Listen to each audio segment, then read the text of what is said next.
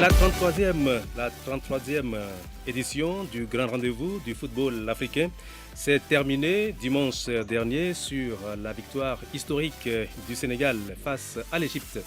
Auditrices et auditeurs, la CAN 2021 sera le principal sujet de rétrocette de ce jour.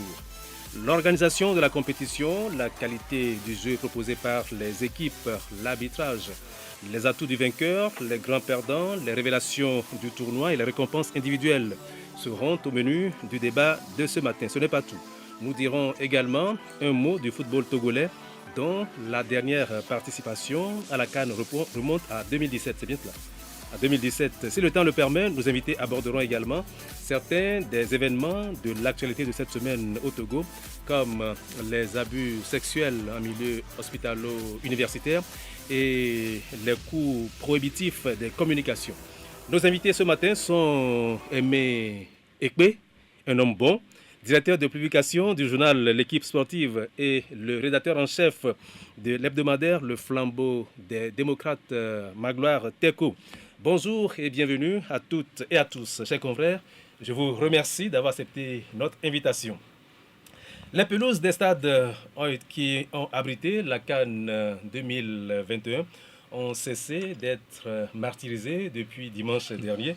Et comment avez-vous trouvé l'organisation de la compétition? Était-elle à la hauteur? Teko Magloire. D'abord, bonjour à toi, cher doyen Delago. Bonjour au doyen également, Aimé Lebon. Tout le plaisir pour moi de partager ce plateau avec deux bons doyens, comme vous l'avez dit. Encore que le doyen Aimé Lebon, il fait partie, n'est-ce pas, de ceux qui nous ont inspirés justement à embrasser ce métier. Disons tout simplement que ça va être des moments fabuleux pour moi personnellement. Alors, pour votre question, pour vous répondre, je dirais tout simplement que oui, disons que dans l'ensemble, ça a été un exercice réussi parce que ce n'était pas évident au départ. Vous savez, le contexte était déjà hostile. La CAN, on dirait finalement la CAN 2022 au lieu de CAN 2021 parce qu'il y avait des contingences, en tout cas sanitaires, qui n'étaient pas vraiment propices. À un moment donné, même la FIFA faisait pression pour que justement on puisse délocaliser l'organisation de cette CAN. Il a fallu l'implication assez active des autorités, on va dire, politiques et sportives du Cameroun. Sinon, la CAF avait pratiquement cédé la main ou du moins s'était pliée. Ce n'était pas évident, mais comme on l'a dit, lorsqu'on veut faire quelque chose, il faut y mettre tous les moyens. Le Cameroun ne s'est pas laissé faire. Il a su démontrer qu'au-delà de tout, il est un État souverain. On peut compter sur lui, même si le contexte n'est pas aussi propice que ça. Mais parlant du jeu, de l'organisation, oui. Vous savez, la dernière édition organisée par la CAN et enfin le Sénégal, sinon la première et la dernière, je crois, c'était en 72. Et depuis là, parlant des infrastructures, le Cameroun, ce grand pays en matière de football, n'avait pas véritablement des infrastructures qu'il faut, à part le stade Amadou Ahidjo, qui avait accueilli donc cette CAN 72 qui marquait justement la première participation du Togo à une compétition africaine. À part cette infrastructure-là, le Cameroun n'avait pas assez d'infrastructures. Mais ils ont mis les moyens aujourd'hui. Moi, je me réjouis personnellement que au-delà de ce stade, on a eu à construire 2 ou 3 autres stades d'envergure internationale. Même si dans la précipitation, les pelouses, par exemple, ont souffert un peu de cette organisation assez précipitée, dans l'ensemble, on dira que l'organisation n'a pas été aussi trop mal. C'est vrai que parallèlement à ça, on a eu enregistré un événement malheureux qui a été le décès par bousculade de 8 personnes. Mais vous savez, dans ce type d'organisation, dans des grands événements comme ça, il faut s'attendre également, même si on ne le souhaite pas, à des événements du genre. Malheureusement, ça s'est produit, paix à leurs âmes. Mais dans l'ensemble, je crois que le Cameroun a rendu quand même une copie quelque peu propre. Oui, mais comment vous avez trouvé, vous, l'organisation?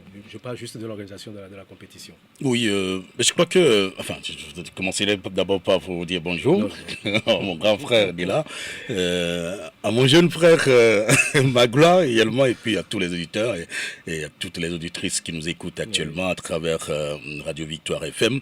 Alors, je crois que Magloire a fait une peinture pertinente justement de cette situation, en tout cas de l'organisation. On va dire simplement que l'essentiel, c'est d'arriver à organiser. En tout cas, on a commencé, on a pu terminer. Alors donc, on va dire, oui, le Cameroun peut se targuer d'avoir organisé réellement cette 33e édition de la Coupe d'Afrique des Nations. Mais c'est vrai que ce n'était pas donné à l'avance. Et donc, comme il avait dit, il avait peint donc, cette situation, oui, avec des intimidations donc, de la FIFA, de l'UEFA et des clubs européens qui ne voulaient pas laisser donc, partir leurs joueurs. Donc, il y avait un doute qui planait justement sur l'organisation, sur l'effectivité justement de cette compétition.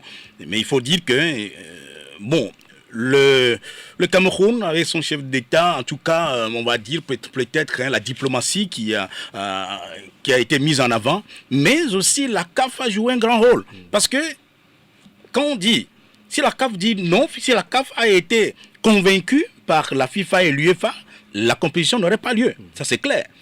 Donc, la FIFA, enfin, la CAF a dû peser également, aussi bien que le Cameroun, pour pouvoir organiser. Parce que tout était mise en œuvre pour que, disons, on dise encore que cette compétition est reportée. Alors donc, l'essentiel, c'est qu'on a pu aller jusqu'à la fin.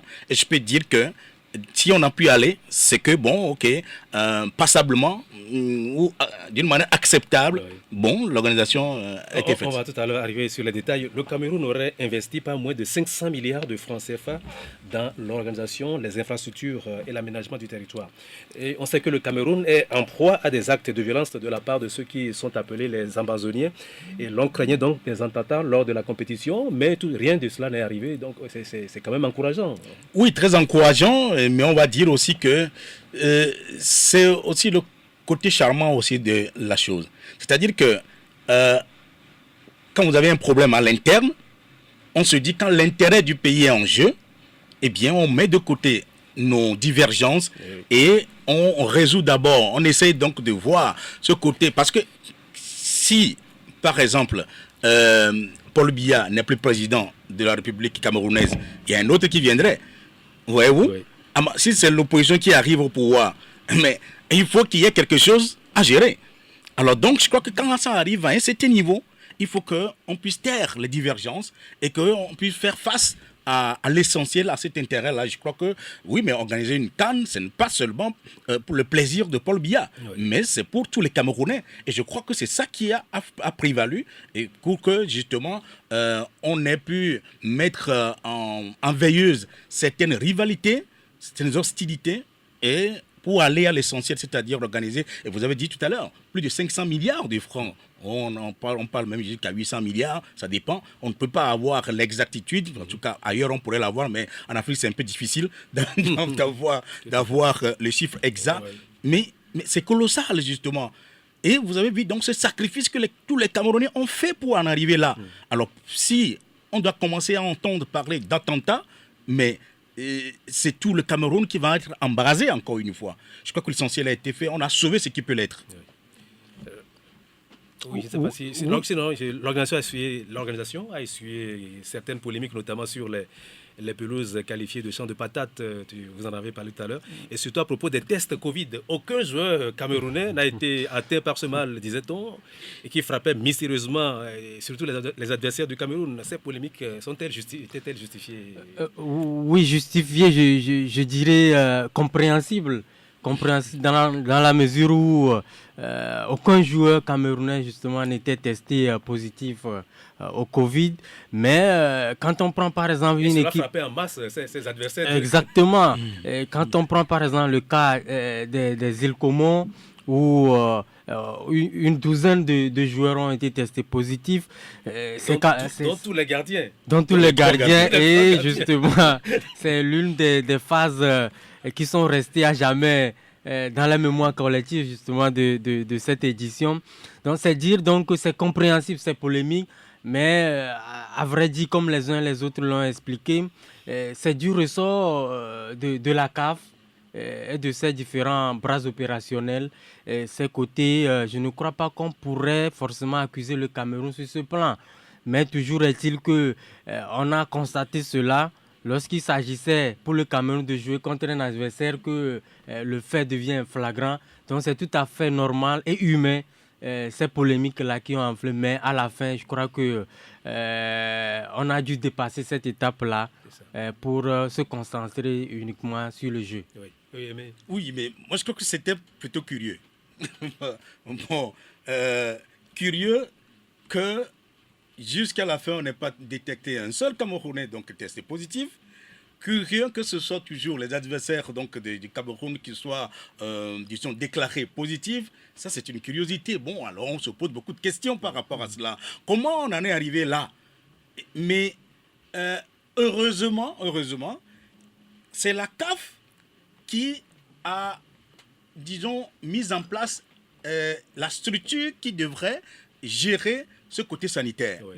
Si c'était le Cameroun, on dirait, ok, il y a donc... Les gens qui s'en étaient occupés étaient venus de l'extérieur. Venus de l'extérieur, de l'Europe notamment, où on estime que bon, ce serait difficile justement que eux ils rentrent dans certaines polémiques. Des manipulations. Alors, dans des manipulations. Alors donc on va dire simplement que oui, c'est curieux, mais c'est la réalité. Et maintenant, ça a fait voir également certaines lacunes au niveau des textes de la FIFA, j'allais dire de la CAF, pour la compétition bien entendu. Parce qu'à partir du moment où il y a, disons, cette crise sanitaire, et qui a d'ailleurs fait qu'on a repoussé plusieurs fois donc cette CAN, alors c'était normal qu'on tienne compte justement de cet aspect pour voir quelles étaient les possibilités. On aurait pu dire, par exemple, vous avez 28 joueurs, mais vous pouvez en avoir une dizaine de réserves, au cas où il y a donc ces problèmes, qu'on puisse au fur et à mesure... Vous avez vu, vous avez parlé tout à l'heure, Magloire, du cas de Comores, des Comores, qui ont vu leurs 3 gardiens être testés positifs. Mais c'est inconcevable qu'on puisse jouer un match sans gardien de but pendant 90 minutes. On a dû changer, on a dû transformer, j'allais dire, un joueur de champ, un latéral en gardien de but qui a fait des prouesses. Ah, oui. Et qui mettait les 2 bras derrière pour attraper les ballons. Le réflexe du joueur est resté en lui, mais il a fait également certaines parades extraordinaires. Alors donc pour dire de là que non, la situation aurait pu être autrement. La CAF aurait pu prévoir cette situation-là et justement anticiper pour peut-être on aurait pu faire venir un autre gardien rapidement qui est déjà sur place. Enfin, qui est déjà en place donc au Comores, faire venir pour au moins pallier cette insuffisance-là. Alors donc, je crois que c'est une lacune donc au niveau des textes de compétition. Oui, le doyen Aimé a bien parlé des lacunes des textes. Je m'inscris également dans cette dynamique où, pour moi, tout semble dire véritablement que l'institution africaine en charge de l'organisation du football, je veux dire la CAF, ne met plus tellement au devant le côté humain de sa gestion du football en Afrique, mais beaucoup plus, on va dire, le côté mercantile de la chose. Parce que, tel que le doyen l'a expliqué, c'est quand même 12 joueurs qui ont été testés positifs au Covid. Ça a impacté directement sur l'effectif. Et vous allez voir, même le banc, il était dégarni. Oui. Le banc de touche, il était dégarni complètement. On avait quoi, 3 ou 4 joueurs tout au plus. Et sans gardien. Donc, ça a limité parce que l'entraîneur, je crois, y compris, était également testé positif. Vous imaginez? C'était un cas assez exceptionnel. Mais ce qui m'a ahuri à la fin, c'est que la CAP, au-delà de tout, s'est permis encore une fois de sanctionner ce pays-là parce que on aurait, en tout cas, le dorsal du joueur qui était logiquement le 16 ou le 6 a été transformé par des moyens peu orthodoxes parce que justement il fallait se conformer aux réalités. Donc la CAF, les Comores ne devraient pas se conformer comme cela, de changer le dorsal. N'oubliez pas qu'il y a eu également un carton rouge. Justement. Donc, moi je dis... Dans ces conditions de jouer à 10 quand on contre parle 11. du football, je vais peut-être un peu déborder. C'est là où moi, personnellement, je suis fondamentalement contre l'introduction, par exemple, de la VAR dans le football. Parce que je me dis, ça enlève le caractère humain de la chose. Le football, la beauté du football, c'est également les erreurs humaines. S'il n'y a pas d'erreur humaine, il ne va pas y avoir des faits de jeu, il ne va pas y avoir des buts également. Ça, c'est un vrai débat, on ne va pas y entrer. Parce que moi, justement, c'est juste une parenthèse. Donc pour moi, quand je me réfère également... Il n'y a jamais eu de but sans erreur. Sans erreur. Quand je me réfère également à ce qui s'est passé en Angola, en 2010, où le bus du convoi togolais a été mitraillé, mais qu'à la fin, la CAF a eu ce courage également de sanctionner le Togo. Je dis oui, le business d'accord, mais il faut mettre l'humain devant. Tout à fait. Alors, je voudrais vous demander, peut-on espérer que le Togo aussi organise un tel événement un jour, et que doit-on faire pour être en mesure d'accueillir le foot africain un jour chez nous? Non, mais pour le moment, c'est extrêmement difficile. Oui. On peut pas, parce qu'on n'a même pas les infrastructures, c'est clair. Alors, pour y arriver, il faut commencer d'abord par avoir les infrastructures. Ce sont les infrastructures qui accueillent les gens. Oui. Alors, dites-moi, à part le stade de Kégué, qui n'est pas encore vraiment homologué comme cela se doit, puisqu'on est toujours en train de travailler là-dessus. C'est le seul stade que nous avons. Alors, où est-ce que vous pensez qu'on puisse jouer? Donc, déjà, il faut commencer à parler infrastructure. Et quand nous parlons d'infrastructure, c'est les stades, c'est les hôtels, etc. Voir, donc, identifier les villes, les terrains d'entraînement, etc. Tout cela. Ça fait 24 équipes qui viennent aujourd'hui. Ce n'est plus 8 équipes en 72, ce n'est plus 16 équipes entre-temps, mais ça fait maintenant 24 équipes. Vous imaginez ce que c'est? Ça fait 6 groupes qui doivent être répartis dans 6 villes. Vous en avez? Voilà donc une situation. Donc, le Togo peut le faire si elle décide aujourd'hui de commencer à réfléchir et à poser les actes justement d'installation des infrastructures, de mise en place de ces infrastructures-là. Et en ce moment-là, on peut se dire, oui, dans 10 ans, dans 15 ans, dans 20 ans, on peut espérer comment organiser. Ou peut-être envisager de se mettre ensemble avec le Bénin ou je sais pas, le Burkina. C'est aussi ça, c'est aussi ça. Tout cela, ça peut être, oui, avec le Bénin, avec le Burkina, avec le Ghana à côté, et tout cela, vous entendez, vous vous dites, bon, ok, moi je peux offrir peut-être 2-3 stades.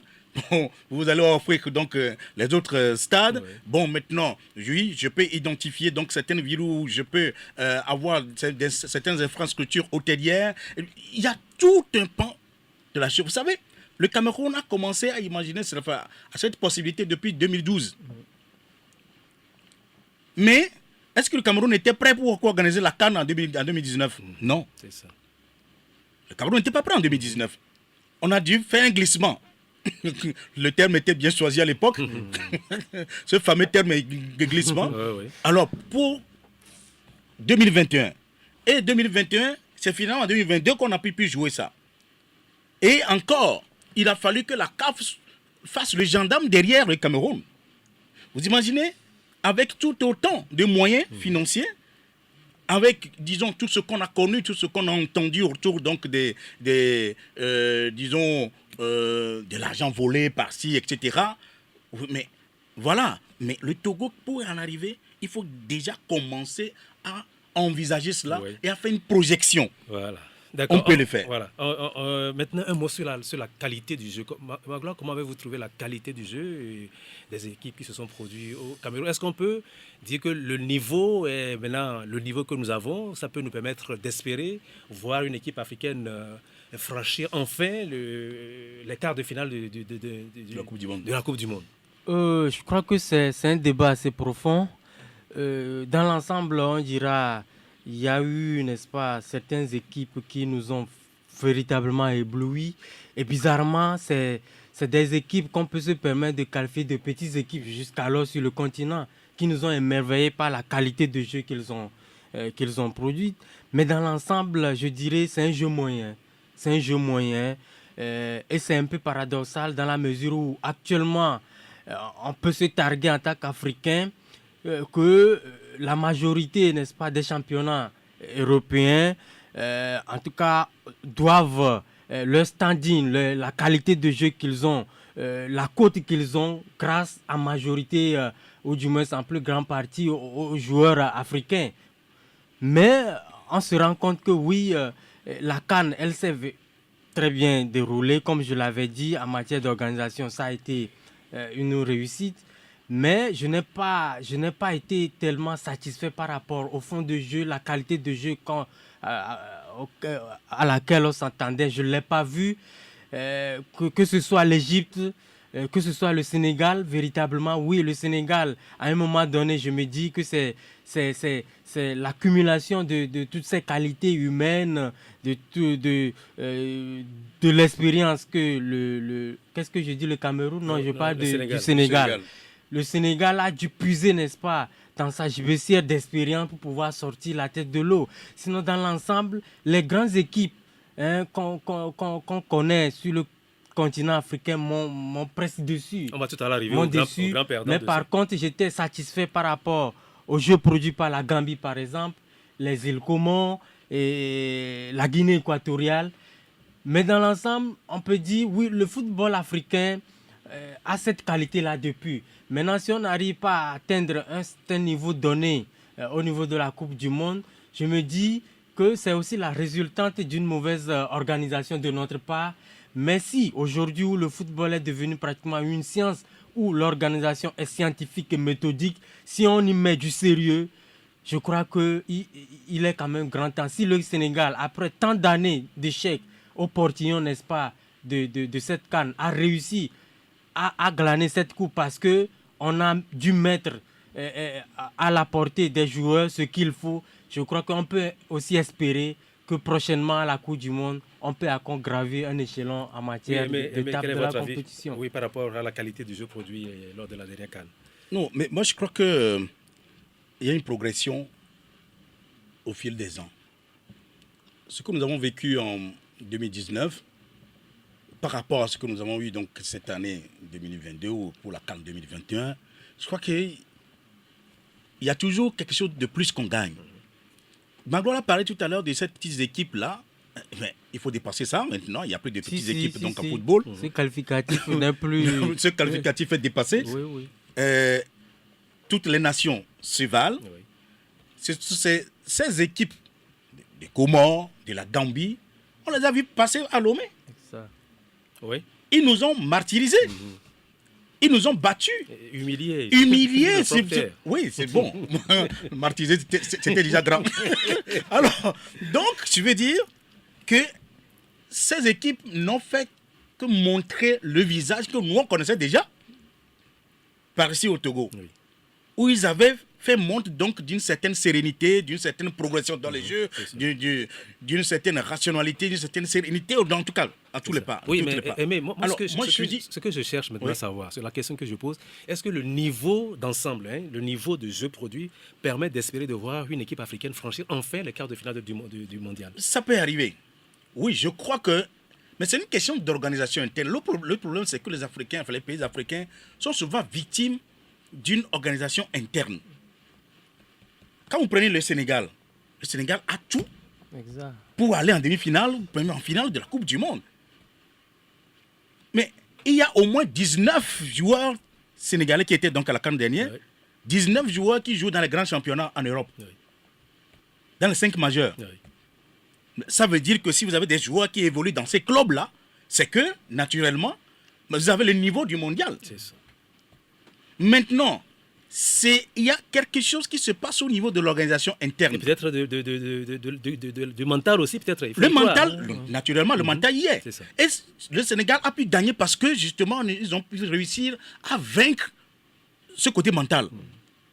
Vous avez vu donc Augustin Senghor, qui est donc le président de la Fédération sénégalaise de football, a réussi à refaire, j'allais dire, une nouvelle mayonnaise en faisant venir les anciens qui critiquaient avant d'une manière acerbe Aliou Cissé. Notamment El Hadji Diouf. El Hadji Diouf, qui est maintenant devenu le conseiller spécial d'Augustin Senghor, qui est beaucoup plus proche de Aliou Cissé.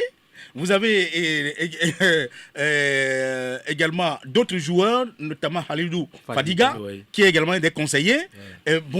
Vous avez Diomansi Kamara, eux tous ont commencé à un moment donné à parler un même langage.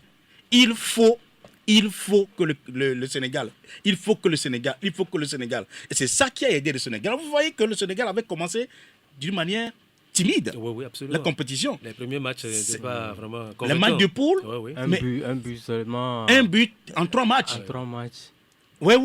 Mais c'est que progressivement, à partir des huitièmes, des 2 finales, mais le Sénégal a commencé à évoluer, à mettre le turbo, parce que justement, si on était en mécanique, on parlerait donc de moteur diesel. Voyez-vous? Et donc ça a dû payer. Parce que, comme je l'ai dit, on a essayé d'assainir l'environnement.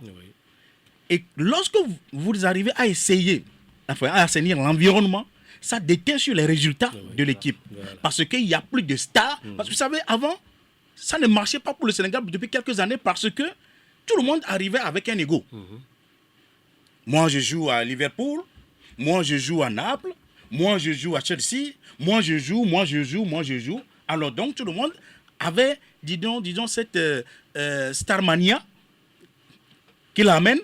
Il a fallu qu'on essaye donc de se parler entre eux pour apaiser tout, pour faire en sorte qu'il y ait donc une certaine harmonie, solidarité.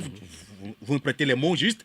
Alors, donc, pour arriver là où ils sont aujourd'hui, et je crois qu'ils n'ont pas usurpé ce titre. Voilà. Ok. Alors, maintenant, quelle est votre appréciation sur l'arbitrage? Écoutez, malheureusement, nous en sommes encore à une année-lumière. Vous avez vu donc ce fameux Zambien, Sikazoué, mais qui a mis fin à une rencontre à 5 minutes de la fin, par 2 fois. Écoutez... lui, on l'explique par un malaise. Voilà. Oui, mais on a dit que c'est un malaise. Mais comment amener un malade là-bas? Il est tombé malade pendant que le jeu, au cours du jeu. Ça n'a pas de sens. C'est juste pour expliquer une situation. Un Africain qui souffre du soleil comme ça, c'est curieux. C'est curieux. Maintenant, dans l'ensemble aussi, vous verrez que il reste encore beaucoup de choses à faire pour l'arbitrage africain. Mais j'ai aimé en tout cas certains qui, ayant pris une décision, après ils ont consulté la VAR, ils sont revenus sur leur décision. Notamment l'Éthiopien, là, je crois. Oui, l'Éthiopien surtout. Il est bon, mais dans l'ensemble, comme je l'ai dit, l'arbitrage, c'est trop moyen. C'est trop moyen à mon avis. On a expérimenté également une dame. Oui, je vais justement vous dire, voilà. La Rwandaise. Mais malheureusement, Mukansanga. Oui, mais voilà. C'était disons, une expérience. Elle n'a pas fait d'erreur. Oui, mais on l'a plus revu. On l'a vu que sur le match du Zimbabwe. Où elle était, comment dire, arbitre de table. Mais je n'ai pas compris. Pour une dame, une première fois. Et qui a réussi. Je ne pense pas qu'on devait s'arrêter à un seul match, en réalité. Pour qu'on sache jusqu'où la femme aussi peut intervenir dans la décision des hommes. Je crois que c'était une expérience, une très belle expérience qu'on aurait pu renouveler, mais sur un seul match. Et puis bon, ok, on l'a retiré. Je ne sais pas parce qu'on pensait que les joueurs regardaient trop la femme. Si la CAF avait une cuisine là-bas, au Cameroun, on l'aurait envoyé. Alors, dites-moi, Magloire, est-ce que c'est l'équipe la plus méritante qui l'a emporté selon vous? La plus méritante, je dirais non.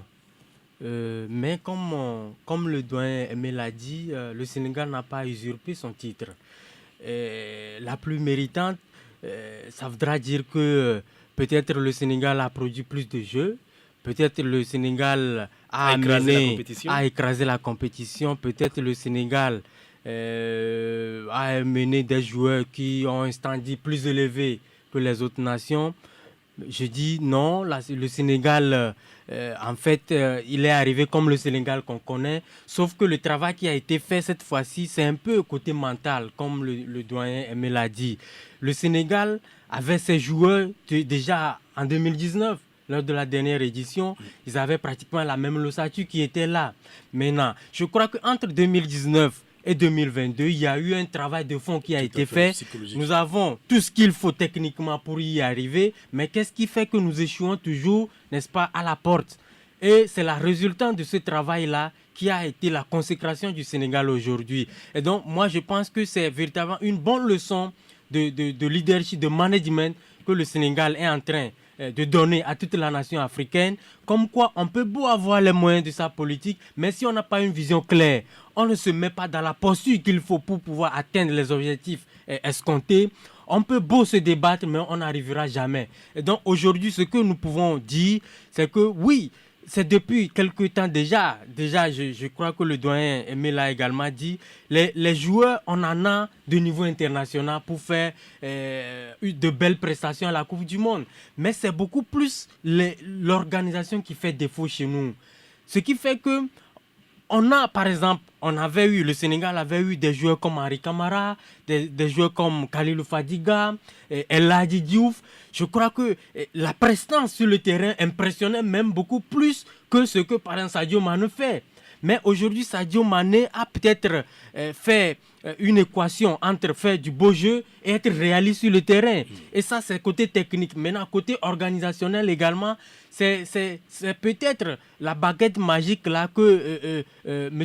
Senghor a apportée. C'est-à-dire que oui, on peut mettre les moyens qu'il faut, mais prendre également le temps de préparer la psychologie des joueurs, les mettre dans le bain.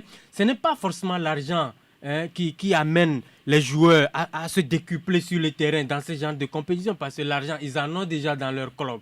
Ce qu'ils demandent quand ils rentrent au pays, c'est d'être mis dans les meilleures conditions pour pouvoir donner le meilleur d'eux-mêmes. Et je crois qu'aujourd'hui, peut-être le Sénégal a fait un travail de haut niveau de ce côté-là, ce qui fait que même au niveau du coaching, par rapport, si le Sénégal n'est pas l'équipe la plus méritante, pour vous, quelle est l'équipe la plus méritante?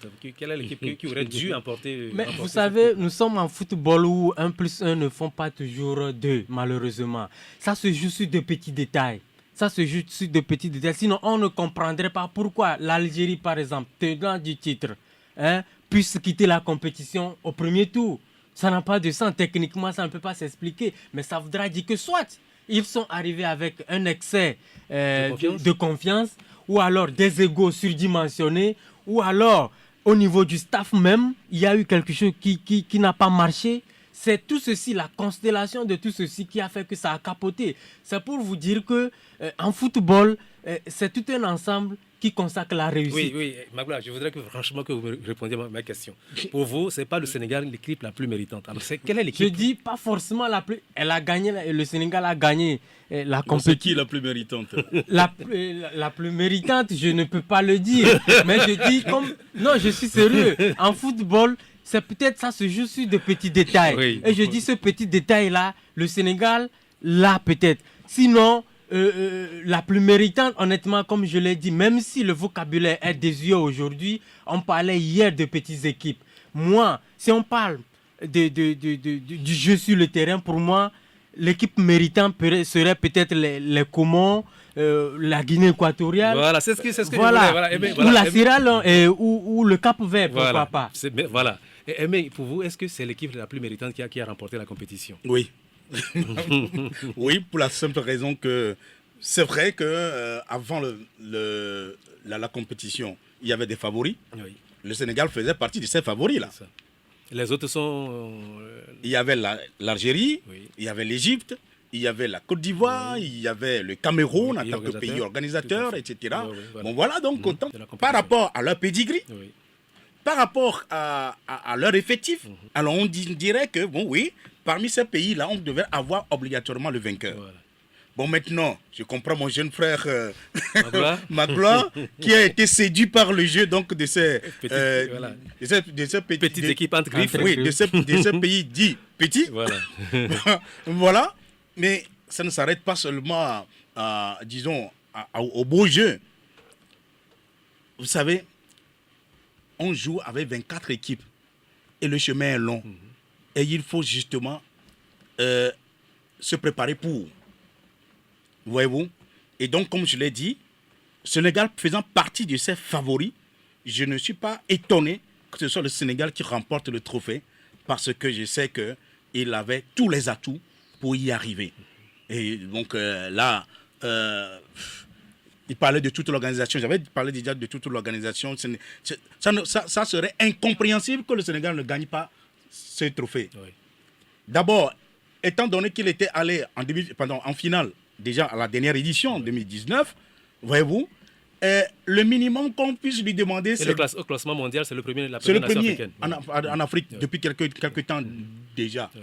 Alors donc, ce qu'on peut demander donc, au Sénégal, ce n'est plus d'aller en demi-finale, mais c'est d'aller remporter la coupe. C'est ça, absolument. C'est tout ce qu'on pouvait lui demander. Et de produire davantage de jeux. Et de produire davantage de jeux pour aller... En tout cas, ils ont compris à un moment donné aussi que ce n'est pas le fait de produire de beaux jeux qui fait gagner la coupe. C'est ça. Il faut être pragmatique. Il faut être réaliste. Et le réalisme se mesure par rapport à quoi? Au nombre de buts marqués de plus que l'autre. Voyez-vous? Et c'est avec ça que vous allez gagner. Si vous produisez un beau jeu et que l'autre équipe vous marque des buts, vous allez être éliminé. Bien. C'est clair. Voici, nous allons maintenant écouter les réactions d'abord de Aliou Cissé, l'entraîneur sénégalais, et de quelques joueurs après leur victoire sur l'Égypte. Vraiment, ce fut long, ce fut difficile, par moments compliqué, mais on n'a jamais abandonné. Ce fut un match difficile aussi. On a eu notre temps fort tout au début de cette rencontre-là. On a eu ce penalty qu'on a loupé, mais on a eu d'autres opportunités aussi. Malheureusement, on n'a pas su les concrétiser. Après, le match s'est équilibré en deuxième période, mais les garçons n'ont jamais abandonné. Quoique ça prouve vraiment le mental de cette génération. Nous sommes très contents. Nous dédions vraiment cette victoire au peuple sénégalais parce que depuis les indépendances jusqu'à présent, on court derrière cette première étoile. Aujourd'hui, sur notre maillot, on aura une étoile aussi. Des vrais lions. Aujourd'hui, on sera les premiers à jamais pour le Sénégal. On y a cru, même aux séances de tir au but. Je pense qu'ils sont arrivés avec un capital confiance.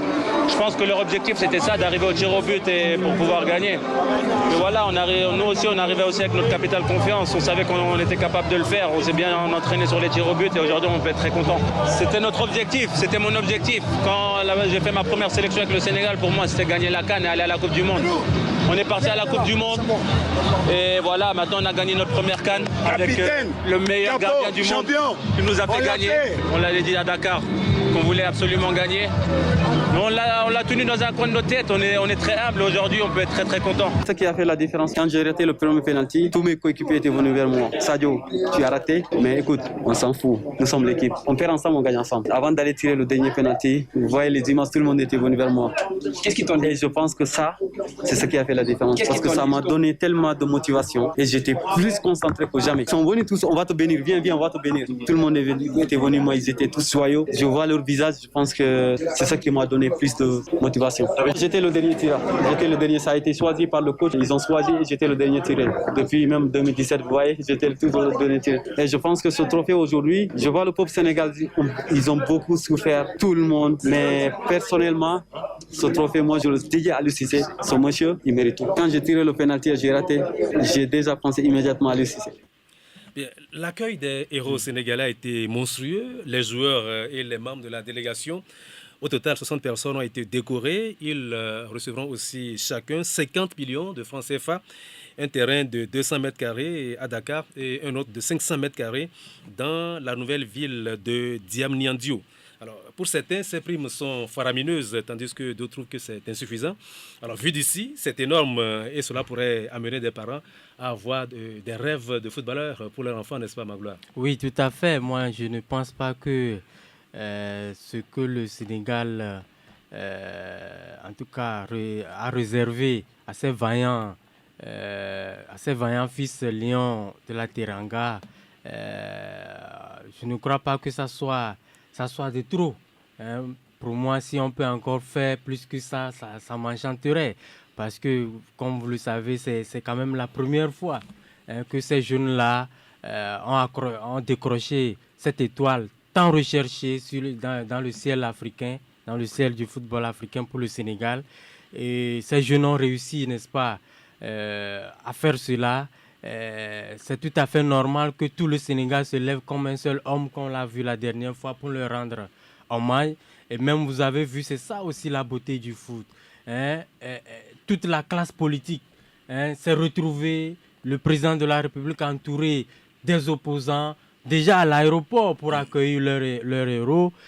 Et puis, la suite, on l'a suivi. La liesse populaire qui était là. La magie du foot. La magie du foot, tout simplement. Donc, c'est de bonne guerre.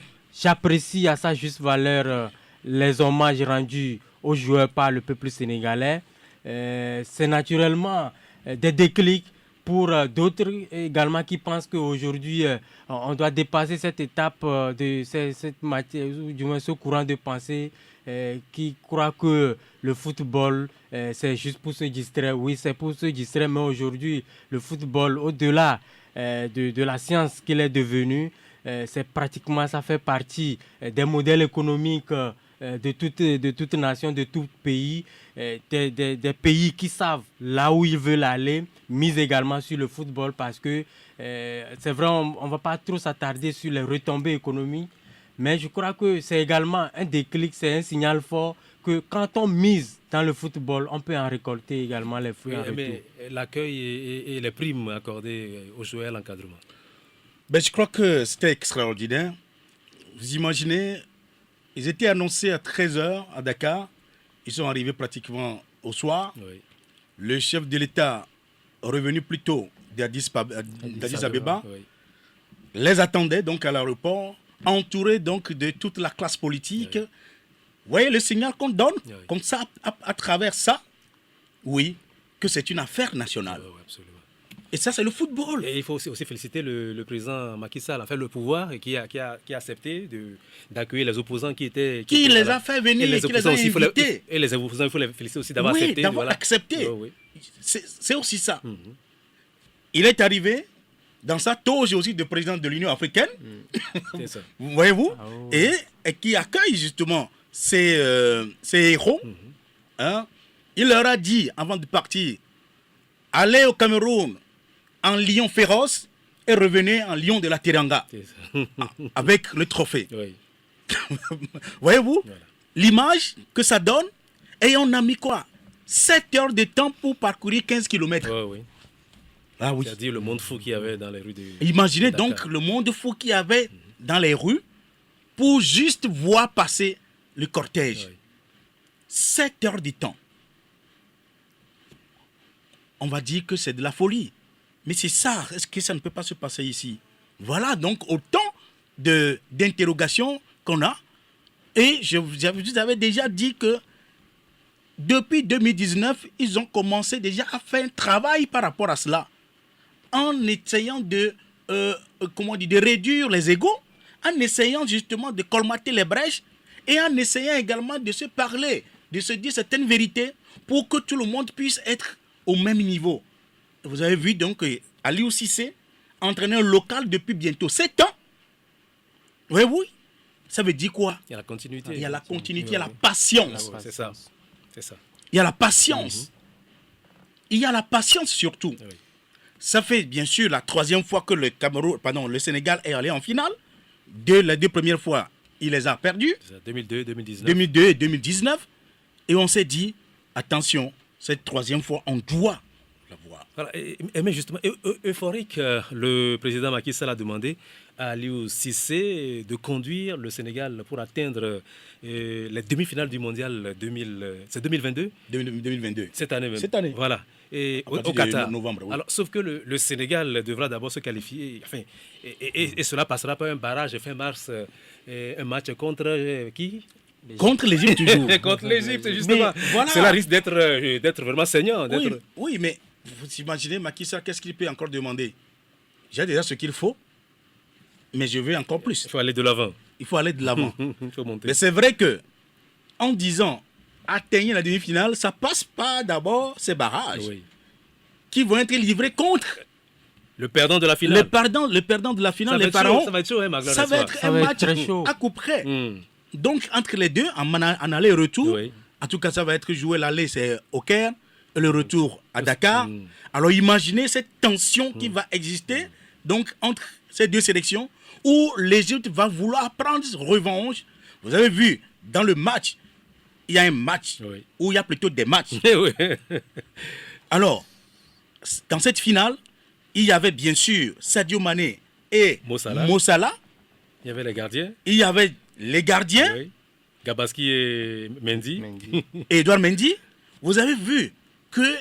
Mais il a fallu... Quand je dis que le Sénégal a fait montre d'un mental extraordinaire, Sadio Mané qui a raté son penalty dans le jeu, dans la 6e, 7e minute. Vous avez vu ce qui s'est passé quand on a sifflé le penalty? Oui, mais voilà. Et Mo Salah est allé voir Gabaski pour lui dire il va jouer de ce côté. Et ne voulant pas s'énerver, mais il s'est énervé finalement. Il dit oui, d'accord, je vais jouer là-bas, mais je sais que je vais marquer. La nervosité est là. C'est ça. Il a tiré avec toute sa force, mais n'a pas pu croiser comme cela se doit. Voilà. Conséquence, Gabaski prend. Et vous voyez que le dernier tir au but, mais il faut être mentalement fort absolument. pour le faire. Oui. C'est mon confrère de BBC, je travaille avec lui là-bas, Yoro Mangara, qui est actuellement en France, qui est en train d'aller donc à RFI. C'est lui qui me disait l'autre fois qu'en réalité, qu'il a discuté avec Aliou Cissé, tout ça là, après le match, qu'en réalité, le 5e tir, là, c'était Gana Gaye qui devrait tirer. Mais Sadio Mané a dit à Gana Gaye, je sens quelque chose, laisse-moi faire. Et il a fait signe à Aliou Cissé. Aliou Cissé, on dit, ok, vas-y. Que je sens quelque chose, je sens quelque chose, laisse-moi faire. Et tout à l'heure, il a dit qu'il a été soutenu aussi par ses oui, ses et camarades qui sont naturellement, venus, que lui dit, ok, vas-y, fais. Et vous voyez, il a été déclaré meilleur joueur. C'est lui qui imprimait le rythme à son équipe. Toute la partie, tous les matchs, c'est lui qui était là. Mais il faut compter également avec l'expérience et la masquilla de Khalidou Fadiga. Pardon, comment on dit, Koulibaly. Voyez-vous, qui a su maîtriser les choses derrière. Parce que c'est aussi ça. Et quand vous voyez donc cette équipe égyptienne qui est très solide en défense, avec un très bon gardien également, et quand on vous dit que c'est le second gardien de l'équipe, alors il marche. Ah oui, ça c'est bien. Magloire, cette victoire du Sénégal est aussi celle d'un entraîneur local, un Sénégalais, Aliou Cissé, sur un expatrié, le Portugais Carlos Queiroz. En 2019 aussi, c'était un entraîneur local, Jamel Belmadi, qui avait conduit l'Algérie à la victoire finale. Alors, et sur les 4 équipes ayant atteint les demi-finales cette année, il y a deux entraîneurs locaux. Alors, est-ce que le mythe de l'entraîneur expatrié, le sorcier blanc, n'est pas en train de s'effondrer, Magloire? Oui, on va le dire ainsi parce que depuis fort longtemps, nous avons toujours entendu ce discours comme quoi un entraîneur local ne peut rien nous apporter concrètement sur le continent. Ce qui fait que beaucoup d'États ont passé leur temps à recruter des entraîneurs. L'essentiel est qu'ils aient la peau blanche, même s'ils sont de seconde, de troisième ou de quatrième zone, on les amène ici parce que justement ce sont des expatriés. Et ces exemples-là, on peut les compter à bout de doigts sur le continent, mais à la fin, les résultats n'ont pas suivi. Mais de nos jours, tout semble dire que les mentalités commencent à changer. Vous avez fait allusion au cas sénégalais avec Aliou Cissé qui fait 7 ans, pratiquement à la tête des Lions de la Teranga. C'est aussi ça, il faut faire confiance, n'est-ce pas, aux potentialités que nous avons sur le continent. Mais une chose est de les nommer, une chose est de leur donner le temps qu'il faut avec les moyens qu'il faut et attendre le moment donné pour évaluer véritablement le travail qu'ils ont eu à faire. C'est également le cas, par exemple, de Kamou Malo au Burkina Faso, qui, après avoir expérimenté le cas des expatriés, le Burkina a décidé de faire confiance à un fils du pays. Aujourd'hui, le Burkina également a atteint pratiquement les demi-finales. Ça voudra dire que on peut, ce qu'on cherche avec beaucoup plus de moyens auprès d'un expatrié, on peut le trouver ici tout proche. Mais le plus important, c'est de faire confiance à nos concitoyens, c'est-à-dire à nos compatriotes. L'essentiel, moi par exemple au Togo, j'ai eu mal quand j'ai entendu parler un confrère, journaliste qui dit moi je suis prêt à combattre tout Togolais qui sera nommé entraîneur lorsqu'il s'agira de recruter le nouvel entraîneur qu'on a eu à recruter. Lorsque le processus a été lancé, il a dit clairement sur les antennes qu'il est prêt à combattre tout Togolais qui sera nommé. Je dis non, on ne peut pas tenir ce genre de discours. Ce n'est pas la peau de la personne, ce n'est pas sa tête, mais le résultat, le travail qu'il fait. Oui. Recruter un Togolais, si vous sentez qu'il a les compétences qu'il faut, mettez les moyens qu'il faut à sa disposition et le moment venu, si le travail qu'il a eu à faire n'est pas proportionnel, n'est-ce pas, aux moyens investis, alors l'autorité qu'il a engagée peut prendre les dispositions qu'il faut. Mais avoir des préjugés, des a priori sur nos entraîneurs parce que tel il est africain, il ne peut pas faire quelque chose d'extraordinaire. Je dis non, à l'heure actuelle, on a dépassé cette étape. Et l'exemple plus palpable que nous avons, c'est que Aliou Cissé a montré en décrochant le premier trophée pour le Sénégal qu'on peut, avec nos frères africains, faire de très grandes choses. Voilà, Aimé, un mot sur la question. Non, mais écoutez, Aliou Cissé n'est pas le premier à le faire. Vous prenez l'Égyptien Chiata, vous prenez Stephen Keshi pour le Nigérien en 2013, vous prenez Yeo Martial pour la Côte d'Ivoire, vous voyez la liste des Est-ce qu'il n'y en a pas eu au Ghana aussi là? Non. Bon, alors donc pour dire simplement que au Ghana c'est au niveau des jeunes. C'est au niveau des jeunes justement. Alors pour dire simplement que en fait pas forcément qu'on prenne un Togolais, mais que ce soit peut-être un Africain, n'est-ce pas, qui le fasse. Oui. Mais Aliou Cissé, dans son pays, vous avez dit tout à l'heure, ça fait 7 ans qu'il est là. Ça veut dire qu'on a appris à être patient. Ok, ça n'a pas été facile. Parce que même dans son entourage immédiat, ceux avec qui il a joué, il a eu déjà des problèmes avec eux.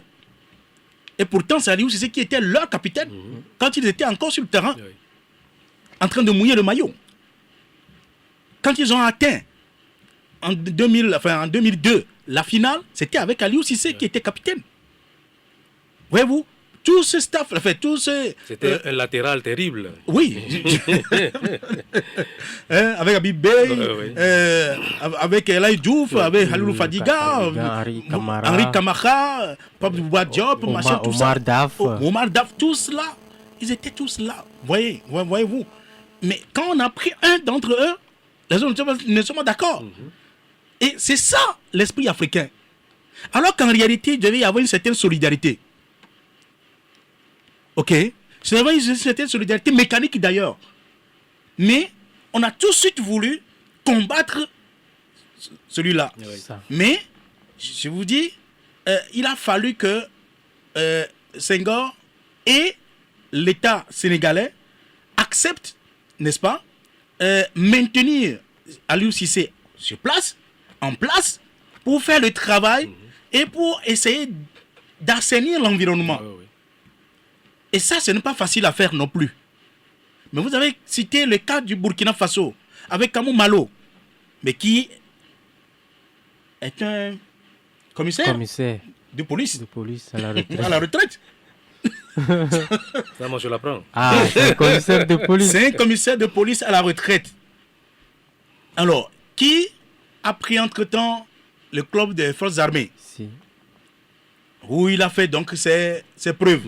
Et à un moment donné, ils ont dit, bon, ok, on va lui faire appel avec sa rigueur et tout. Je crois qu'il a réussi à imprimer une certaine rigueur, certaine rage. Et on voit aussi un enthousiasme. On voit un enthousiasme, voyez-vous. Ce n'est pas de grandes stars, mais il joue un bon football. Un football plaisant. Donc aujourd'hui, on peut faire confiance aux entraîneurs locaux. Naturellement, c'est-à-dire que... comme il a dit Magloire, il faut lui donner les moyens. Parce que nous avons toujours tendance au Togo... Et aussi le temps. Tout à l'heure, vous parlez de patience. Il faut aussi donner un peu de temps. Le moyen et le temps. Moyen et temps. Moyen et temps. C'est toujours comme cela. C'est toujours comme cela. Et tant que vous n'avez pas mis les moyens et le temps, C'est-à-dire, aucun travail ne peut s'effectuer en un temps record. Oui. C'est un peu difficile. Oui. Vous amenez quelqu'un, donnez-lui le temps d'abord de s'habituer à la maison, n'est-ce pas? Et puis, peu à peu, d'abord, il faut compter sur son background. Est-ce qu'il a la compétence? Si vous le jugez compétent pour le travail, alors mettez-le dans des conditions qui lui permettent de faire un bon travail. Je crois que Aliou Cissé nous a encore donné un exemple. Et comme vous avez dit, cité également Belmadi, justement, de l'Algérie, qu'il a fait donc en 2019. Et bon, on pourra peut-être revenir sur le cas de l'Algérie pour voir pourquoi. Alors justement, voilà, pour vous, et tout à l'heure, Magoula a beaucoup parlé des équipes surprises, la Gambie, la Sierra Leone, le Cap-Vert et les Comores. Et voilà, Guinée équatoriale, voilà, c'est plutôt ces pays-là. Alors pour vous, quels sont les grands perdants de la compétition? Les déceptions. Les déceptions. À commencer par, naturellement, les Fennecs d'Algérie, qui sont la plus grande déception. Parce que, bon... Ils sont champions en 2019. Ils sont revenus donc avec le titre de champion. Ils ont joué 35 matchs sans défaite. Ce n'est pas rien. J'ai l'impression à un moment donné qu'ils ont été saoulés. Ils sont dans le nuage. Disons ces résultats. Et ils pensaient que ils vont marcher. Ils vont arriver en terrain conquis au Cameroun. Ils arrivaient donc au Cameroun en terrain conquis. Et ils vont marcher par-dessus donc toutes les équipes et ont été confrontés à cette première difficulté, oubliant malheureusement que tous les pays qui arrivaient à la CAN avaient leur premier adversaire comme Algérie. Il faut la battre. Oui. Il faut la battre. C'est l'équipe à battre. Parce que mais dans la durée, on voit que c'est une équipe qui, disons, est stable. Maintenant, ils sont restés dans cette euphorie en chantant pendant 2 ans, nous sommes les champions, c'est ce que j'avais dit pour les Français en 1998 à l'époque, avant qu'ils n'arrivent en 2002 pour être éliminés par le Sénégal. Oui, mais ils avaient passé tout le temps à chanter nous sommes les champions, les champions, oubliant qu'il fallait continuer le travail. C'est ça. Et je crois qu'ils ont été désillusionnés par la situation. Les autres. Alors rapidement, on va citer le Nigeria. Oui. Qui a fait des matchs de poule extraordinaires. Tout le monde le voyait en finale. On voyait déjà le Nigeria, donc, parce qu'il avait présenté un beau football. Oui, absolument. Mais je crois que Eguavoen a eu un problème.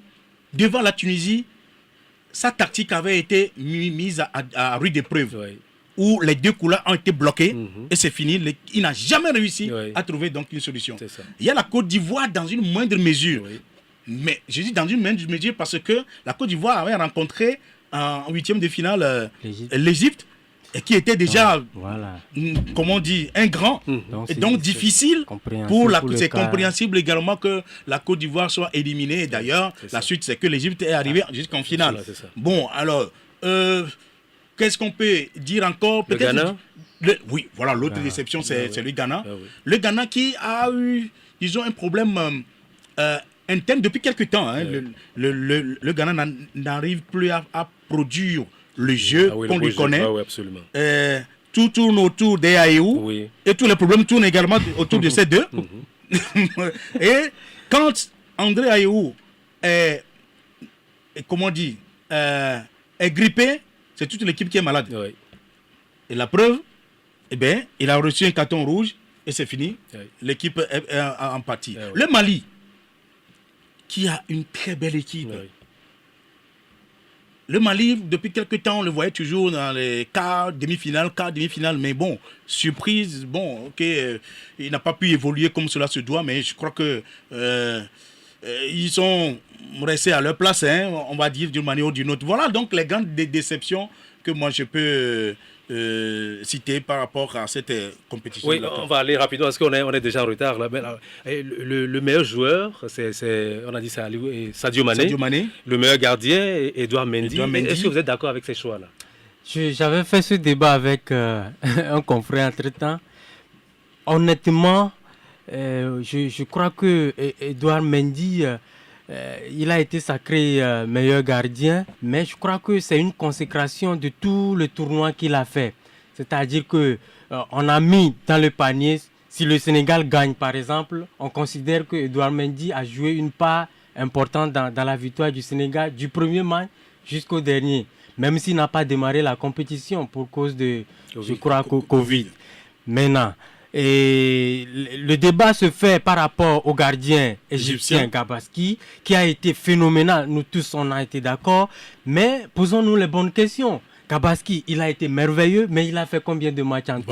3 ou 4 matchs tout au plus. Et sur les 3 matchs, à 100%, si on devrait le noter, il peut avoir 80-90%. Mais ce qui l'a pénalisé, à mon humble avis, c'est qu'il n'a pas démarré la compétition. Il a démarré en tant que réserviste. Et il a fallu la blessure du gardien titulaire pour qu'il soit placé dans les goals pour la première fois. Et voilà, il a tenu sa chance. Mais dites-moi, c'est que Edouard Mendy lui-même, il a dit que Gabaski méritait. Non, c'est le discours de la modestie. Je ne crois pas que Edouard Mendy, du haut de son stade de professionnalisme... Pourquoi il n'a pas cité quelqu'un d'autre pour citer Gabaski? Non, en fait, je crois que... Est-ce qu'il est obligé de faire ça? Parce que Sadio Mané, il n'a cité personne pour dire que cette telle personne mérite mieux le titre que moi, le titre de meilleur joueur. Mais il a quand même dit que Mohamed Salah méritait aussi le trophée. C'est ça. Non, je ne crois pas qu'il a joué sur l'intelligence. Edouard Mendy, qu'on vient de consacrer meilleur gardien, on lui pose la question. Pour le meilleur joueur, je vous apprends que l'autre là, Didier Okocha, lui, dit que c'est Vincent Boubacar. Et Arsène Wenger dit que le meilleur Sénégalais, c'est Safiou 6. Et voilà. Bon, de toute façon, on ne peut pas tous être d'accord sur les choix. Et voilà. Bien, le sacre des Sénégalais a été traité par presque tous les journaux parus cette semaine. Voici un échantillon de ce que l'on peut lire dans les colonnes des confrères. Le Sénégal, champion d'Afrique, s'exclame liberté, préférant mettre l'accent sur le rôle de l'entraîneur sénégalais dans ce sacre. Afrique Express écrit, Aliou Cissé offre la CAN au Sénégal. Nouvelle opinion, le Sénégal arrache la première coupe d'Afrique de son histoire. Avec quelques détails en plus, la dépêche affiche à sa une, je cite, le Sénégal remporte sa première coupe face à l'Égypte au tir au but. Ce sont presque les mêmes mots dont use le journal du Togo pour faire son titre. Le Sénégal remporte sa première CAN après sa victoire au tir au but contre l'Égypte. Plusieurs confrères, dans leur titre sur le sujet, mettent en exergue la longue attente du pays de la Teranga avant son premier sacre. 16 participations et 3 finales en presque 60 ans, à en croire Focus Info. C'est ainsi que l'Union propose le titre suivant à ses lecteurs. Le Sénégal remporte enfin sa première CAN, écho du pays. Le Sénégal enfin sur la première marche du podium, l'intelligent. Le Sénégal enfin sacré, l'échiquier. Le Sénégal enfin. Le médium, le Sénégal est sur le toit de l'Afrique pour une première. Vision d'Afrique, le Sénégal signe sa première étoile. Le détective, le Sénégal arrache la première Coupe d'Afrique des Nations de son histoire. Rendant également compte de l'événement, l'Alternative reprend un article de Eurosport FR dont le titre est « Le Sénégal sur le toit du football africain ». Sucré, salé, tel est le titre qui bat la une de l'équipe sportive d'Aimé Ekpe, alias Aimé Le Bon. Pourquoi sucré, salé? Aimé. Avant la suite de cette... Non, ben écoutez, juste sucré, c'est pour qui? C'est pour les Sénégalais, justement. On est arrivé enfin donc à s'adjuger ce titre, donc voilà, tout est sucré. Oui. Salé également pour certains, comme l'Égypte naturellement, c'est salé, justement, de ne pouvoir pas gagner le trophée. Pour le Cameroun, de n'avoir pas été donc là où il fallait. Pour le Burkina, qui n'a pas su donc gérer sa troisième place comme cela se doit. Pour vous voilà. Alors, je poursuis pour sa part, faisant allusion à ce qu'il appelle quelques ratés et de grosses polémiques. L'éditorialiste de Focus Info conclut que la compétition fut, je cite, une belle fête malgré tout. Utilisant exactement les mêmes mots, Gazelle Info et Fraternité nous propose, citation, ce qu'il faut retenir de cette édition au Cameroun. Enfin, Flambeau des démocrates préfère faire son titre sur les anciens internationaux du Sénégal. Pourquoi ce choix-là? Oui, justement parce que nous avons voulu nous démarquer un peu du lot, parce que tout le monde parle la première étoile. Mais nous avons dit oui, première étoile, d'accord, mais il y a quelque chose d'impressionnant que viennent de réaliser ces jeunes. Et cela a été reconnu à juste titre, n'est-ce pas, par leurs prédécesseurs. Vous prenez Abibey, par exemple, qui était presque en larmes parce qu'ils avaient essayé, peut-être avec un effectif pas moindre que ceci, mais ils n'ont jamais réussi à décrocher cette étoile. Même Aliou Cissé, aujourd'hui sélectionné, il est passé par là sans jamais réussir. El Hadji Diouf, Henri Camara, Fadiga, Diomansi Camara, ils étaient tous là, mais il leur avait manqué ce petit plus-là que viennent d'apporter, n'est-ce pas, les jeunes. Et donc nous avons estimé qu'il était important d'ouvrir notre angle justement sur ces anciens-là qui ont vraiment trouvé en ce que ces jeunes viennent de faire quelque chose d'extraordinaire. Voilà, le temps nous presse là et nous ne pouvons pas faire ce débat sans dire un mot du football togolais, dont la dernière qualification à la CAN remonte à 2017, non, au Gabon. Gabon et Guinée équatoriale. Oui. Alors, nous étions absents à la CAN 2019 et à l'édition... Au Gabon précisément. Voilà. Et à l'édition, au Gabon en 2017 et à l'édition de cette année au Cameroun, alors que nos voisins qui nous respectaient font des progrès constants à l'image du Burkina Faso dont nous avons parlé au cours de cette émission. Le Togo est creux de la vague. Alors qu'est-ce qui explique ce naufrage du football togolais qui avait été qualifié au Mondial 2006 et qui avait franchi le premier tour de la CAN en 2013 en Afrique du Sud? Quelles sont, les causes de ce recul-là ou de cette stagnation du football togolais? Naturellement, l'organisation interne d'abord. Tout est parti de là, les compétitions qui ne suivent pas comme cela se doit. Il y a également, disons, cette suspicion naturelle et toujours. Donc, tel fait ceci, pourquoi c'est lui qui est là, etc. Il y a donc ces interprétations qui font que depuis 2006, justement, vous voyez qu'on fait des sauts elliptiques. Ça semble aller, mais tout de suite, on revient. Jusqu'en 2013 où on a pu donc, aller au quart de finale. Pour une première fois. Huitième de finale. Quart de finale. On a atteint la quart de finale plutôt. Oui, c'était le quart de finale. En ce moment, on ne jouait pas. Le huitième de finale. Voilà, ok, c'est parfait. Le deuxième tour. Voilà. Deuxième tour, c'était le quart de finale. Parce que c'était avec 16 équipes. Alors donc, on était arrivé en quart de finale, éliminé par le Burkina Faso qui est allé en finale. Voyez-vous. Oui. Alors, depuis là, eh bien, on n'a pas su. À chaque fois, on n'arrive jamais à mettre à profit les acquis que nous avons eu à l'époque. Vous comprenez que déjà en Afrique du Sud, pour revenir, c'était tout un problème, parce qu'on n'avait pas prévu même la qualification du Togo pour les quarts de finale. Voyez-vous, on pensait, comme d'habitude, qu'on reviendrait donc après le premier tour. Donc la qualification était devenue déjà un problème. C'est une crise de se qualifier. C'est une crise d'avoir géré dans cette crise-là. Et tout, pour revenir, c'était tout un problème. Alors donc, maintenant, pour 2015, on n'a pas pu se qualifier. Il fallait aller donc en 2017 où Tom Saint-Fit avait déjà commencé le travail, voyez-vous, avant que Claude Leroy n'arrive pour parachever ce travail-là. On s'est qualifié. Tom Saint-Fit qu'on a renvoyé, qui fait des exploits maintenant naturellement, en Gambie. Voyez-vous, depuis 3 ans qu'il est arrivé là-bas, l'équipe monte et qui a battu même le Togo ici. Alors donc, voyez-vous, il y a cette situation qui est créée depuis 2017 ou 2016 où, comment il s'appelle, Claude Leroy est arrivé, a passé 5 années. Et durant ces 5 années, on a balbutié donc notre football. Et côté organisation, il y a tous les problèmes. Alors, mais qu'est-ce qu'il faut faire aujourd'hui pour relever le niveau du football togolais? C'est ce que peut-être... D'abord, il faut prendre du recul. Prendre conscience de son état de faiblesse. Voyez-vous? Et surfer sur ces faiblesses-là pour voir maintenant qu'est-ce qu'il faut faire. Et je crois que le ministère des Sports est en train de faire un travail de sape aujourd'hui, avec beaucoup d'efforts, pour donner une certaine souffle. Un travail de fond, vous voulez dire? Oui, un travail de fond, je vous en prie. Pour permettre donc à toutes les fédérations de progresser, notamment le football.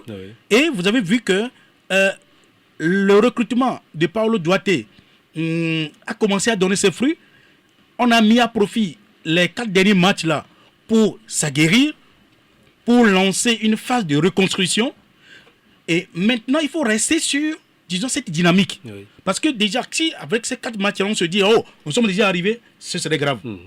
Alors, continue le travail et ce serait, c'est un impératif catégorique que le Togo se qualifie pour 2023 en Côte d'Ivoire. Si on ne le fait pas, c'est grave. Ça, c'est clair. Parce que le travail qu'on a commencé, si ça ne continue pas pour aller à cette canne-là, pour faire quelque chose maintenant, c'est parce que déjà, on nous a donné un exemple. Nous avons vu les prestations des Comores, nous avons vu les prestations de la Gambie, de la Guinée équatoriale, de la Mauritanie, même de la Sierra Leone, tout ça là. Les choses évoluent, il n'y a plus de petites équipes. Alors donc, ça veut dire qu'il faudra travailler cravacher dur. Oui. Je crois que nous sommes sur cette dynamique, restons sur cette dynamique. Je crois que ça va. Ouais, et Magloire, le football féminin longtemps négligé commence aussi à émerger au point où le rêve est aujourd'hui permis de voir l'équipe féminine du Togo participer à la prochaine CAN dames. Alors, mais les obstacles à surmonter pour avoir un football féminin compétitif sont nombreux. Le coach d'un club féminin, les Amis du Monde, Madame Rebecca Adjo Amenyo, nous en parle, elle était mercredi dernier, l'invité d'Anani Vidirakou dans l'émission Zoom sur les professions. Nous avions tous voulu faire carrière. Tous étaient stoppés momentanément, subitement. Et d'ailleurs, ceux qui n'avaient pas l'idée de se reconvertir, aujourd'hui, où sont-elles? Je ne sais pas trop. Donc, tout juste, c'est pour lancer un appel à nos dirigeants. Le championnat. Hier, on jouait des coupes Maman Danida, des coupes Bella Bello. Toutes ces choses, on ne le voit plus. Aujourd'hui, je peux dire que seul le championnat. Et on joue un championnat, on prend de repos pendant longtemps. Repos de 5 mois pratiquement avant de rejouer encore un autre championnat. C'est pas du tout bon pour notre football. Donc, je ne voudrais pas que ça se répète et arriver un moment, on stoppe tout, on oublie les filles carrément. Ces histoires, vraiment, ça fait mal. Ils n'ont qu'à revoir ce côté. On veut bel et bien jouer le championnat à tout moment. On veut vraiment revivre ces temps des coupes de Maman Danida, des coupes Bella Bello, coupe du Togo, tout ça là. On veut revivre ces temps-là. Nous avons de très bonnes joueuses au Togo, des joueuses de qualité. Mais comment les entretenir? C'est ça le problème du Togo. Donc nous devons revoir ce niveau. Nous avons des joueuses très talentueuses. C'est des filles, hein. S'il n'y a pas un bon encadrement, elle a un enfant, 2 enfants et c'est fini. Cette qualité-là disparaît totalement. Donc c'est l'encadrement qui compte. Sinon nous avons des talents. Aujourd'hui, nous avons encore des enfants des 8-15. Et quand ils jouent, vous serez ému, très ému même. Donc moi je me dis tout le temps, il y a des talents. Mais c'est la manière et comment nous allons faire pour travailler avec eux pendant longtemps, les recadrer et tout. C'est ça qui vraiment pose problème. C'est ce que nous allons voir. Si nous avons un projet lointain sur ces filles, il va falloir qu'on se réveille très tôt. Il va falloir qu'on mette les paquets pour avoir ces gens de talent. C'est le travail. Les parents, je ne peux que les supplier de laisser un tout petit peu le temps à leur fille là, de pouvoir s'exprimer de son talent et l'accorder un temps. Je voudrais que cette fille là même soit bien suivie. C'est une fille, il ne faut pas la laisser tout le temps et parce qu'elle est footballeuse, non, mais que la fille là soit bien suivie et qu'on l'accorde quand même des temps d'entraînement et être à l'écoute de cette fille là parce que c'est très important de laisser sa fille s'exprimer autour de ce qu'elle veut et que les parents aussi comprennent un tout petit peu ces gens de filles. C'est l'essentiel. Alors, le sort du Togo quant à la qualification à la prochaine CAN féminine dépendrait dans les jours à venir d'une confrontation avec le Gabon. Alors, mais vous qui connaissez bien ce milieu-là, peut-on être optimiste que nos dames obtiennent une qualification historique là? Il y a quelque chose à prendre.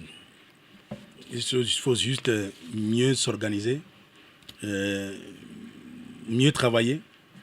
Et ce n'est pas aussi vraiment le cas actuellement parce que déjà le Gabon est en regroupement depuis. Et donc c'est tout récemment que nous avons fait, au Togo on a fait un premier regroupement, un second regroupement, c'est le troisième qu'on est en train de faire pour justement aller au match le jeudi prochain. Nous avons en tout cas, plutôt le Togo a quand même des possibilités et une chance à jouer dans ce match. Et je crois que c'est ensemble que nous pouvons faire le travail, n'est-ce pas? Bien sûr, le travail technique va être fait sur le terrain avec Kai Tometi, qui est donc la sélectionneur. On a fait le rappel donc, de certains expatriés qui jouent donc en France, au Ghana, etc. On espère qu'avec cette ossature-là, on pourra vraiment faire une qualification historique. Oui. Donc pour le Togo, je crois que c'est ce que nous souhaitons en tout cas. Voilà. Mais ça peut arriver, voilà. Il faut être plus rigoureux dans le travail. Nous allons, malheureusement, je ne vais plus te donner la parole sur le sport. Nous allons à présent revivre certains événements qui ont marqué l'actualité nationale et internationale de cette semaine. C'est avec Hervé Essay et Anani Vidirakou. Le chef de l'État, Faure Essorzina Gnassingbé, a présidé lundi dernier à Pia le 3e conseil des ministres de l'année. Au cours des travaux, le conseil a examiné et adopté 2 avant-projets de loi relatives d'une part à la police des étrangers en République togolaise et d'autre part à l'activité d'affacturage dans les États membres de l'Union monétaire ouest-africaine.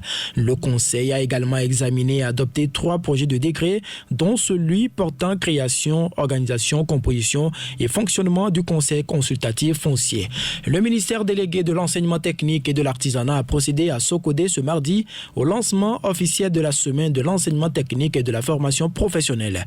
L'événement, qui se déroule du 4 au 12 février, va connaître plusieurs étapes et mettre en lumière le sous-secteur de la formation professionnelle. La direction de la nationalité du ministère de la Justice se décentralise. Elle dispose désormais des relais dans plusieurs localités dans les chefs-lieux, des régions et dans les préfectures. Ainsi, 12 localités du pays disposent désormais des services de duplicata de la nationalité. Kabouya Chamjakwacha, directrice du Sceau de la nationalité et de l'identité civile. Il s'agit de l'installation du matériel de duplication des certificats de nationalité produits à la direction de la nationalité dans 17 localités au total. C'est pas facile de voir des citoyens s'agglutiner à la recherche de ce précieux sésame qu'est le certificat. Avec cette déconcentration, on ne vivra plus de pareilles choses. Cette installation se poursuivra dans un premier temps dans les chefs-lieux de nos régions, à savoir Tchévier pour le compte de la région maritime, Atakpamé pour le compte de la région des plateaux, Socodé pour le compte de la région centrale, Kara pour le compte de la région de la Kara et Dapaon pour le compte de la région des Savanes. À cela s'ajoute Aného, Vaughan, qui aura à traiter les demandes d'enfoin et de tabligo, Anié, Palimé, Daï, Badou, Blita, Bassar, Mango et Mantouri. Dapan traitera les demandes de Saint-Cancé et de Pendjal Ouest. Le gouvernement togolais a eu des échanges ce mercredi avec les enseignants et les autres parties prenantes au protocole d'accord relatif au secteur de l'éducation.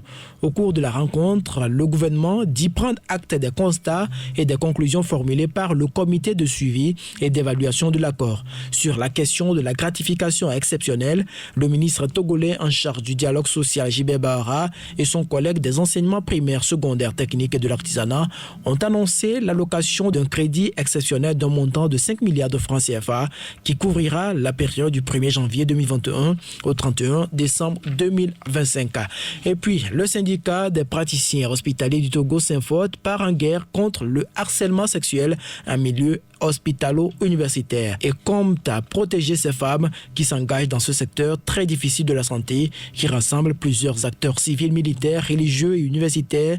Aussi, les encourager à briser le silence pour mettre fin à ce mal qui s'amplifie. Un point d'orgue sera mis sur le phénomène le 8 mars prochain à l'occasion de la célébration de la Journée internationale de la femme, selon le secrétaire général du SEMFOT, Dr Gilbert Cholegnano. Procès de l'assassinat de Thomas Sankara au Burkina Faso, le parquet militaire a requis ce mardi 30 ans de prison ferme contre l'ancien président Blaise Compaoré, absent lors du procès. Il est considéré comme le donneur d'ordre. Les 30 ans sont aussi requis contre Hyacinthe Kafando, accusé de complicité et d'attentat à la sûreté d'État et complicité d'assassinat. Pour ces mêmes charges, la Cour a retenu 20 ans de prison contre le général Gilbert Diendéré, ancien chef d'état-major particulier de Blaise Compaoré. Puis l'ancien commandant de la gendarmerie, Jean-Pierre Palme, a écopé de son côté 11 ans de prison avec sursis. Le procès suspendu par la Cour reprendra le 1er mars prochain pour les plaidoiries de la défense.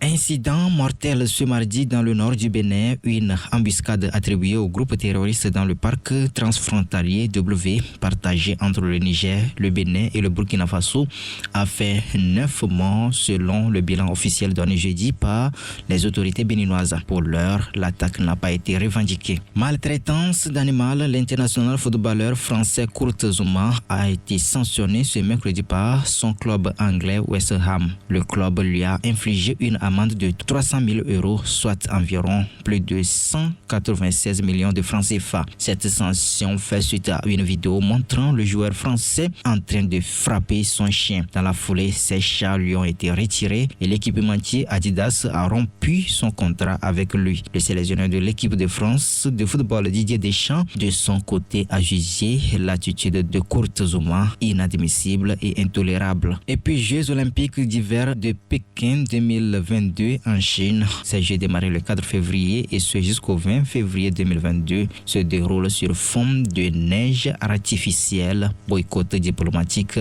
et de Covid-19. Voilà, on n'aura plus le temps de commenter tous ces sujets, mais juste une dernière question, Magloire. Le harcèlement et les abus sexuels en milieu hospitalo-universitaire. Une réaction rapide pour terminer cette émission. Non, je dirais tout simplement mention honorable au Symphot qui a voulu mettre ce sujet assez brûlant sur la table, ce sujet qui existait même, que beaucoup ont du mal à remettre sur le tapis. Je crois que Dr Gilbert Cholignano a bien fait de relever cela. Et je crois que l'autorité doit se saisir très rapidement de cette affaire pour essayer de tirer tout au clair, et punir, s'il y a à punir comme cela, on saura dissuader véritablement ces prédateurs-là qui, tapis dans l'ombre, agissaient de la sorte, à ne pas encourager justement ces talents-là qui doivent s'exprimer même par rapport à ces contraintes, parce que psychologiquement il y a de ces femmes-là qui n'arrivent pas à tenir devant ces réalités d'abus, d'harcèlement et tout, et qui relâchent complètement. Donc je crois que c'est une belle aubaine que l'autorité est vivement interpellée à se saisir de cette affaire pour agir une fois pour devant, parce que ces réalités dans chaque couche socio-professionnelle presque, cela existe. Voilà. Point final à ce débat que nous devons à Aimé Ekpe, le directeur de publication du journal L'équipe sportive, et à Magloire Teko, le rédacteur en chef de l'hebdomadaire Le Flambeau des démocrates, que je remercie, chers confrères, merci.